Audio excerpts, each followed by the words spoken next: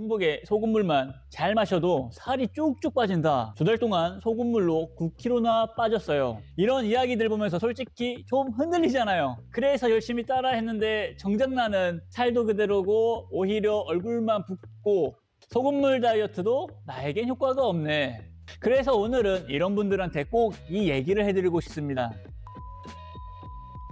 그리고 진짜로 소금물을 시도해보고 싶다면 먼저 머릿속에 반드시 버려야 할 3가지가 있습니다. 바로 시작해볼게요. 일단 소금, 나트륨 자체는 나쁘다고 취급할 필요는 없습니다. 나트륨은 우리 몸에 꼭 필요한 영양분이에요. 우리 몸의 다양한 대사 반응들은 나트륨이 없으면 안 됩니다. 그래서 소금은 무조건 나쁘다도 틀리고 소금물은 무조건 몸에 좋다도 틀린 말이에요. 항상 핵심은 얼마나 어떤 상태에서 먹느냐예요. 그럼 왜 어떤 사람은 소금물 마시고 인생이 바뀌었다고 말할까요? 책 소금과 물, 우리 몸이 뭘 한다 에서는요 이렇게 얘기해주고 있습니다. 자신에게 알맞은 소금물의 농도는 그 아무도 모른다. 평소에 염분을 얼마나 섭취하느냐에 따라 달라져야 하며 염분은 소금물이 아닌 음식으로 섭취하는 게 가장 좋다고 저자는 얘기합니다. 하지만 이런 분들에겐 가장 큰 효과를 볼 수도 있습니다. 원래 물이랑 나트륨을 너무 적게 먹던 사람, 이런 사람들이죠. 저염식을 몇 년씩 극단적으로 하거나 물도 거의 안 마시던 분이 갑자기 소금과 물을 보충하면 몸이 이제서야 정상으로 좀 돌아오네?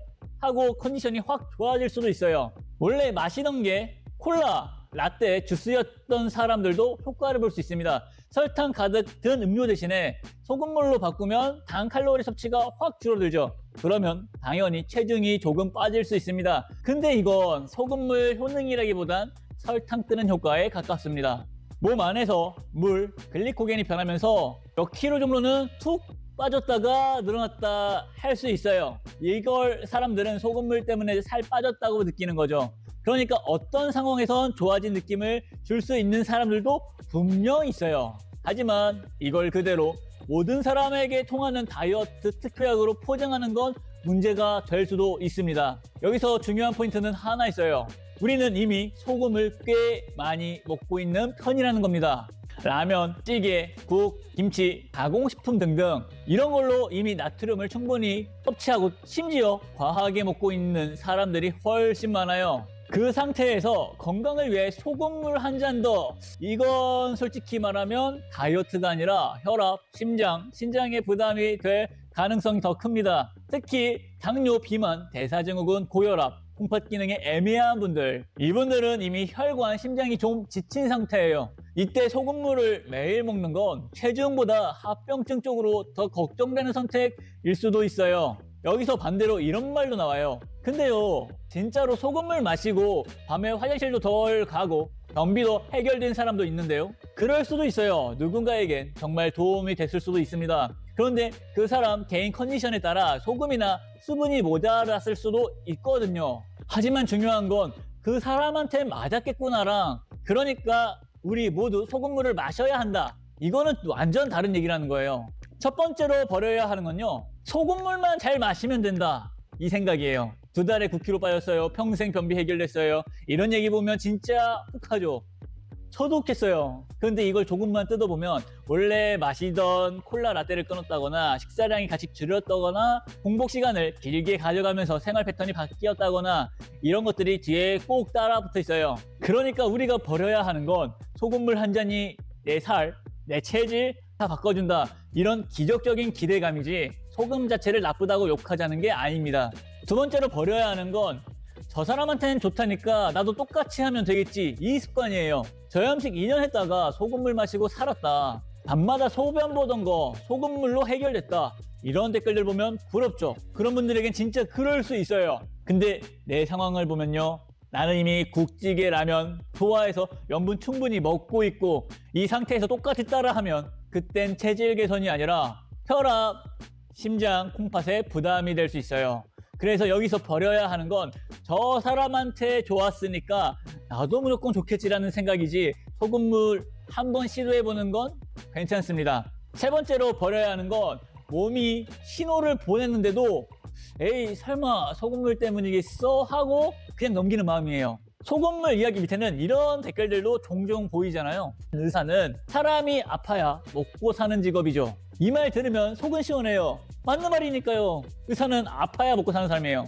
근데 이게 위험한 게 뭐냐면 소금물 마시고 나서 얼굴이 더 자주 붓고 혈압이 조금씩 오르는 느낌이 들고 두통이나 어지러움이 생기는데도 아니야 괜찮겠지 정상으로 되돌아가나 보다 하면서 그냥 넘어가게 만든다는 거예요. 우리가 여기서 버려야 할 건 의사 말을 다 무시하자 이게 아니라 내 몸이 보내는 신호를 무시하게 만드는 말들이에요. 뭔가 이상한데 느낌이 들면 소금물도 잠깐 끊어보고 혈압도 한번 재보고 필요하면 병원도 가보고 이게 진짜로 내 몸의 신호를 들어주는 행동이에요. 자, 그럼 질문이 이렇게 바뀌죠. 소금물이 정답이 아니라면 그냥 물만 마시면 되나요? 이렇게 정리해 볼 수도 있을 것 같아요. 소금물이 아니라 먼저 내 하루 섭취하는 물의 양, 전체 염분, 식단을 점검해 보는 게 좋고요. 이미 염분을 많이 먹고 있는 대부분의 사람들이라면 소금물보다 우선순위는 곡물 줄이기, 가공식품 줄이기, 설탕, 액상과당 줄이기, 그리고 단백질 채소 수면, 스트레스 관리가 훨씬 체중 대사에 직접적인 영향을 줍니다. 당뇨, 비만, 대사증후군, 고혈압, 공파 문제가 있는 분들 혼자 유행 따라하다 소금물 다이어트 시작하는 건 정말 비추합니다. 이분들은 먼저 혈압, 혈당, 콩팥 수치를 확인하고 그 다음에 내가 소금물을 어떻게 조절해야 할지 전문가랑 같이 설계하는 게 훨씬 안전합니다. 마무리하면서 왜 제가 소금물에 왜 이렇게 조심하자고 말하는지 사례 하나만 더 들어볼게요. 다양한 뉴스나 건강 프로그램 보면 짠 음식 많이 먹는 나라일수록 고혈압, 뇌졸중, 심장병 이런 질환이 훨씬 많다는 얘기 한 번쯤 들어보셨을 거예요. 그래서 전 세계적으로 소금 줄이기 캠페인을 하는 거고요. 반대로 소금물로 병을 다 고쳤다는 이야기들은 대부분 개인 경험담이에요.